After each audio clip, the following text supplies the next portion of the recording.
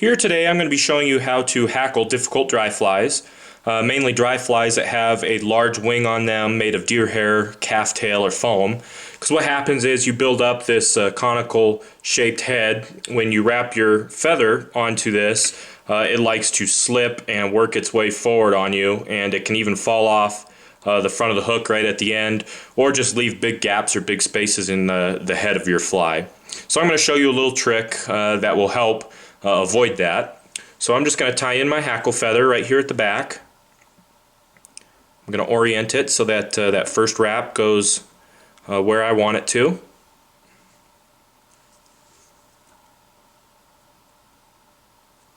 There we go.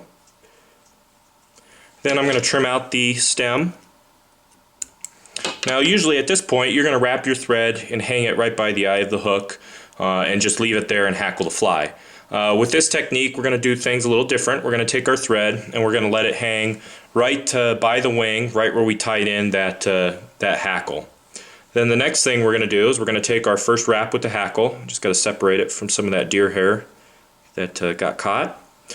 We're going to take our first wrap, and I'm actually going to take that first wrap behind my thread. And actually every wrap after this is also going to be right behind the thread. And what this is doing is the thread and the bobbin is adding tension onto the feather, the stem of that feather, and it's keeping it from sliding forward. Just that little bit of tension is enough to keep it from sliding forward. And with each wrap I just make it one right in front of the other, and you can see here my feather has never jolted, come loose, or slid forward on me. And that's exactly what I want. And then when I get to the front I just simply tie off the hackle just like I normally would with the thread. The thread will be right there because you're wrapping the hackle right behind it. And then you can trim out the stem and the trapped barbs. And then of course just whip finish right behind the head there. And you can see I made a perfect little dry fly hackle on this fly. On a difficult head that's cone shaped, that is very difficult. I know it was for me in the beginning to wrap hackle on. It was constantly slipping, sliding, falling off the hook on me and leaving big gaps.